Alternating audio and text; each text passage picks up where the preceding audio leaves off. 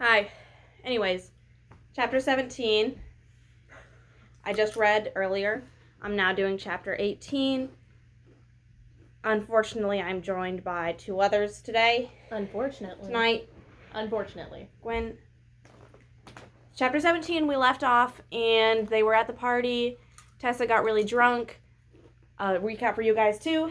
She went to a party, second party. Tessa got really drunk. Hardin was like, this is your first time being drunk. And was, like, acting all weird towards her. Like he hated her.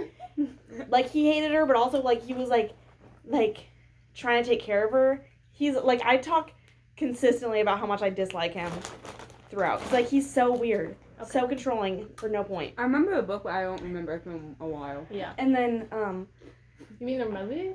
You remember the movie? Not the book? I read the book, too. Well, yeah. In the movie. Oh, okay. I read the movie. She also, like, is talking to Zed at this point. Oh, okay. And I forgot about that. The last thing she said was, You mean Zane? Yeah.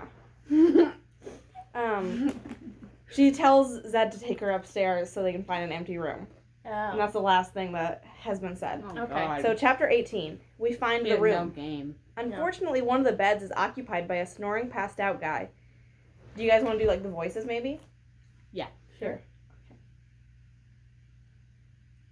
At least the bed is empty. Zed says and laughs. I'm going to walk back to my place if you want to come. I have a Why couch. does he have an accent, too? Because He's American. Oh. I have a couch you can sleep on. He says. Cutting through the haze to try to think clearly for a second, I conclude that Zed, like Hardin, hooks up with a lot of different girls. If I agree to this, it could mean I am offering to kiss him.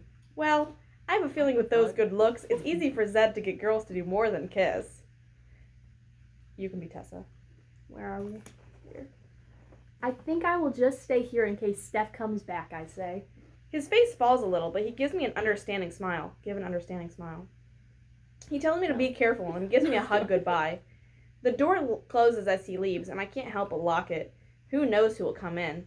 I look over at the comatose snorer and feel secure that he isn't waking up anytime soon. The tiredness I felt downstairs has somehow faded, my mind going back to Hardin and his comment about how Noah hasn't slept with me yet. It may seem strange to Hardin, who's with a different girl every weekend, but Noah is a gentleman. We don't need to have sex. We have fun together doing other things, like, well, we go to the movies and go for walks. With that in mind, I lie down, but quickly find myself staring at the ceiling, counting the tiles in an attempt to go to sleep. Occasionally, the drunk guy wrestles around on the bed, but eventually my eyes close, and I begin to drift off. I haven't seen you around here before. It's not... Sounds like deep voice Dumbledore. suddenly slurs in my ear. I jump up and his head bumps my chin, causing me to bite my tongue. His hand is on the bed, inches away from my thighs. His breathing is ragged and smells like vomit and liquor. What's your name, cutie? He breathes, and I gag. I lift one arm up to push him away from me, but it doesn't work, and he just laughs. I'm not going to hurt you. We're just going to have some fun.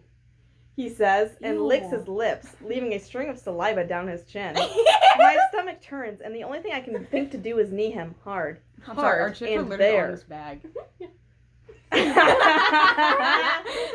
It's like an... What is that? It's a fly. No, I was so scared. Hold on. He grabs his crotch and stumbles back, giving me my chance to bolt. Once my shaky fingers finally open the lock, I rush out into the hallway, I feel so bad. where several people give me odd Sorry, stares. Come on, come back here! I hear the disgusting voice say, not too far behind me, strangely, huh? My breath smells like chips. Do you think mine doesn't? We're all eating the same chip. Nobody seems fazed by a girl being chased down the hall. He is only a few feet away, but fortunately he is so drunk he keeps stumbling into the wall. My feet act of their own accord, taking me down the hall to the only place I know in this damned fraternity house. Hardin! Please open the door! I yell, one hand banging on the door, one hand trying to twist the locked doorknob. Hardin! I scream again, and the door flies open. I don't know what made me come to his room of all places, but I would take Hardin's judgmentalism over the drunk guy trying to have his way with me any day. Now we're Hardin, so you can do an accent as much as you want. Tess? Hardin asks, seeming confused. He wipes his eyes with his hand. He is wearing only black boxer briefs, and his hair is jutting out all over his head. Weirdly, I am more surprised by how good he looks than by the fact he called me Tess for once instead of Teresa. Hardin, please, can I come in? This guy. I say, and look behind me.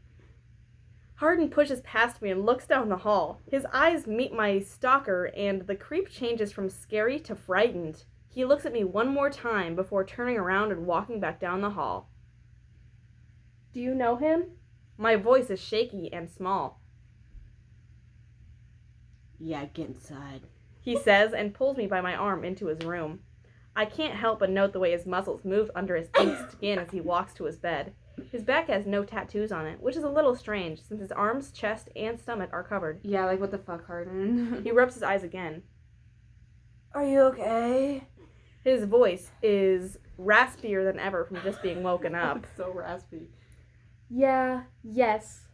I'm sorry for coming here and waking you up. I just didn't know what. Don't worry about it. Hardin's hand runs through his messy hair, and he sighs. Did he touch you? He asks, without any trace of sarcasm or humor. Oh. No, he tried though. I was stupid enough to lock myself in a room with a drunk stranger, so I suppose it's my fault. The idea of that creep touching me makes me want to cry. Again. It's not your fault that he did that. You weren't used to this type of situation. His voice is kind, and totally the opposite of his usual tone. I walk across the room towards his bed, silently asking him for permission. He pats the bed. He pats the head. And I sit down with my hands in my lap. I have no plans on getting used to it. This is really the last time I'm coming here or to any parties for that matter. I don't know why I even tried. And that guy, he was just so...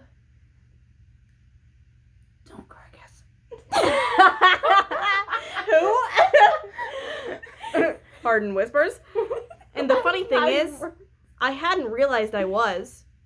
Hardin brings his hand up and I almost flinch away. But not before the... He's gonna slap her. He's like... No, earlier, the last chapter, she was like, she said something to him, and like, they were like getting into a kind of a fight, and it said, Hardin balled his fist. And I was like, yeah, what's he gonna do? Like, Punch her? Yeah. I was like, shut up, Tessa!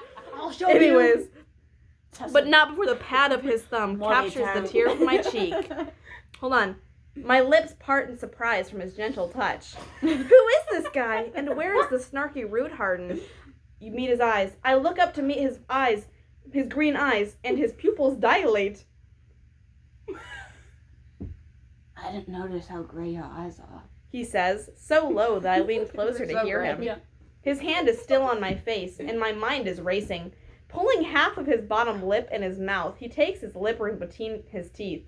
Between Between his teeth, our eyes meet, and I look down, unsure of what's going on. But when he removes his hand, I look at his lips once more, and I can feel my conscience and my hormones battling. But my conscience loses, and I crash my lips against his, catching him totally off guard. End of chapter! See you guys next week!